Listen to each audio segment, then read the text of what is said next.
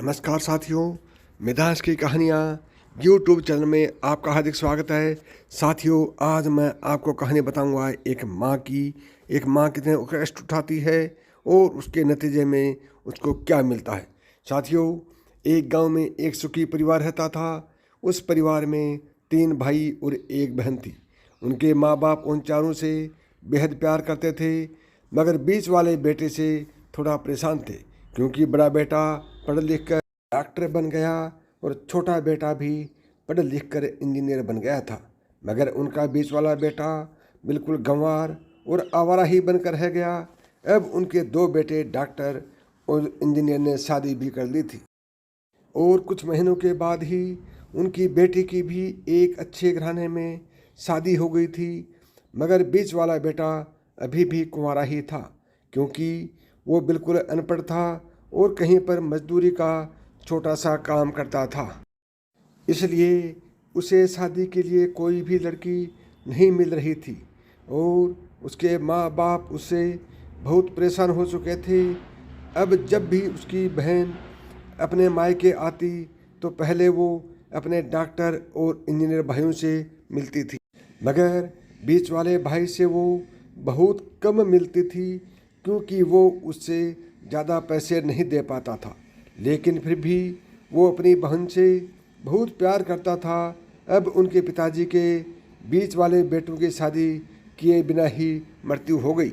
उनकी माँ ने सोचा कि कहीं अब किसी के मुँह से बंटवारे की बात न निकले, इसलिए अपने ही गांव की एक सीधी सादी लड़की से अपने गंवार लड़के की शादी करवा दी।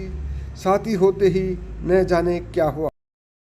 अब उसका अनपढ़ बेटा पूरा मन लगाकर काम करने लगा और पहले से कहीं ज़्यादा मेहनत भी करने लगा।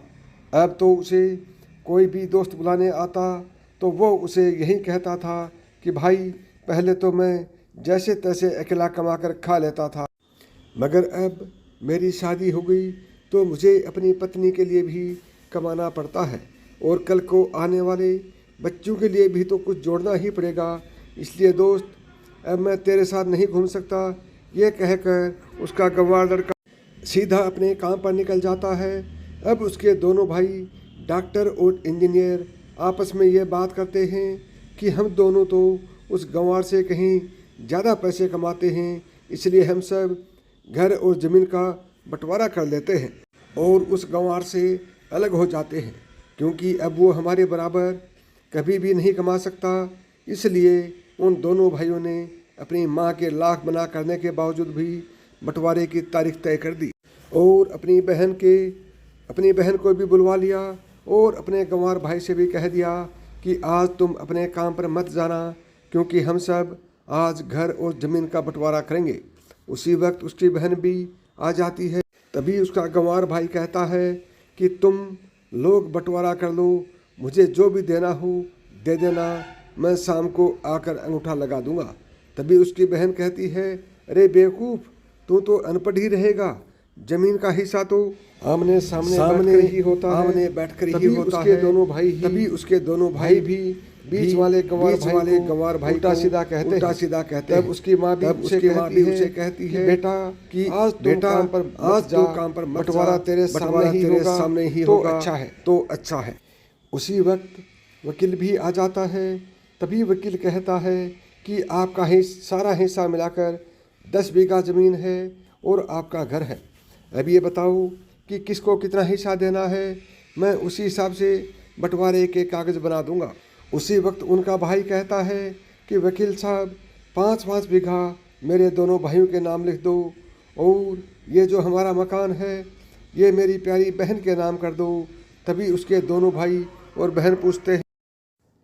उस गंवार की पत्नी अपनी सास से लिपट कर कहती है कि माँ से बड़ी वसीयत क्या होगी मेरे लिए।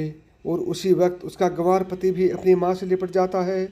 गंवार बेटे बहू के इसी प्यार ने जमीन जायदाद के बंटवारे एक सन्नाटे में बदल दिया। तभी बहन अपने गंवार भाई के गले लग कर रोते हुए कहती है कि माफ़ कर दो भैया, मैं आपको समझ नहीं सकी। तभी उसका भाई कहता है कि मेरी प्यारी बहन, इस घर में जितना अधिकार हमारा है उतना ही अधिकार तेरा भी है, और रही बात बंटवारे की तो बंटवारा नहीं करने से हमारा जीवन रुक तो नहीं जाएगा? क्यों करते हैं हम बंटवारा?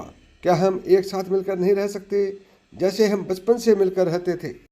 एक साथ मिलकर रहने को ही तो कहते हैं एक अच्छा परिवार, और उस अच्छे परिवार को संभालती है एक माँ। तभी उसके दोनों भाई भी बहुत शर्मिंदा होते हैं और वो बंटवारे के सभी कागज फाड़ कर फेंक देते हैं। और उस दिन के बाद से ही उनका पूरा परिवार खुशी खुशी एक ही साथ रहने लगा। तो दोस्तों, ये थी परिवार और माँ की एक सच्ची कहानी। और इस कहानी से आपको क्या सीख मिलती है, आप भी अपने कमेंट बॉक्स में कमेंट करके ज़रूर बताएं कि क्या एक माँ परिवार को संभालती है या बेटे संभालते हैं। दोस्तों, अगली नई बेहतरीन कहानी के साथ फिर मिलते हैं। तब तक नमस्कार।